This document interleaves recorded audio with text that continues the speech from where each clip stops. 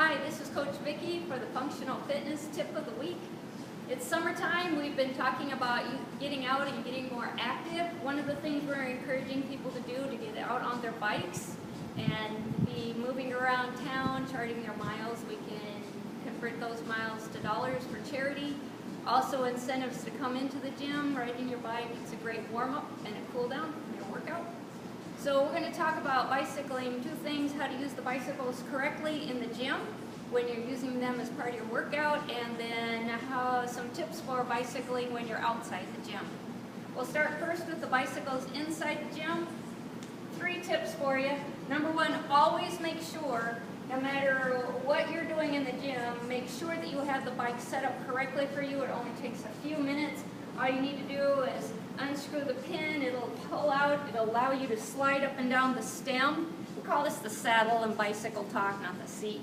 But when you get on the bike correctly, what we'd like you to do is just move the handles where you can step through the bike, then bring one of the pedals down, slide into the saddle, instead of stepping on it and swinging your leg over.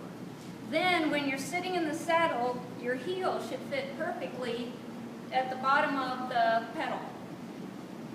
And that will help you sit on the seat with your weight distributed correctly for your pelvis. If you had hip replacements or knee replacements, you're going to go up maybe even an inch or 2 to make sure that you have the right angle on your hip joint where you don't bend that joint too far. So check with your coaches if you've had a knee injury or a hip injury so that you have the seat set correctly for you.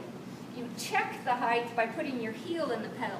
But when you're going to start the pedal and to pedal where your big toe meets your foot, that should be right in the center of the pedal, right in line with the stay of the pedal.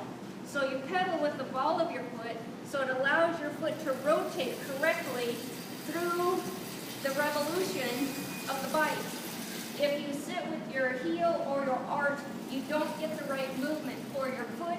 You can cause some heel cord injuries up the calf and at the back of the leg. So you're sitting tall. So the first tip is to do your setup correctly. The second tip then is all the guidelines we use for alignment come into play when you're riding the bike. Your eyes are forward, your chin is neutral, collarbones open, chest up, ribs down, core engaged. Sitting tall in the saddle, you might have to lean forward just a little bit, almost like a deadlift position. And then when you go, you only go to the length of your arm like we do when we do horizontal rows. You don't want to be like you're swimming. You stay upright, core engaged, and then as you get ramp up, just do a quicker push and pull. Since we have these bikes that have the wind resistance and the handles, you want to ramp up slowly and hold your intensity. If you cannot hold your intensity and keep that alignment, back off on your intensity. We don't want to see you getting all sketchy. Notice that also your knees and your toes go straight ahead. Don't let your knees concave in or your toes point out. Everything stays in perfect alignment.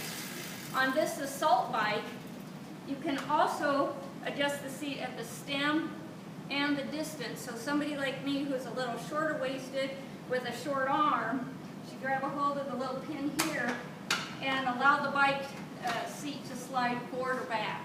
So those of you who are a little taller, a little longer arms, you should slide that seat back.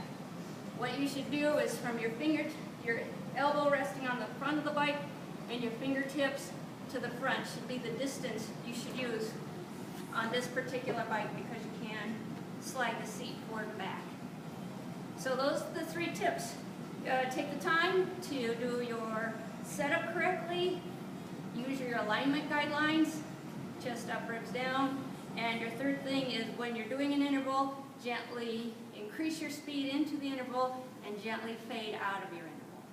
I hope that helps you in the gym stay a little safer and have a fun time when you're riding the bike.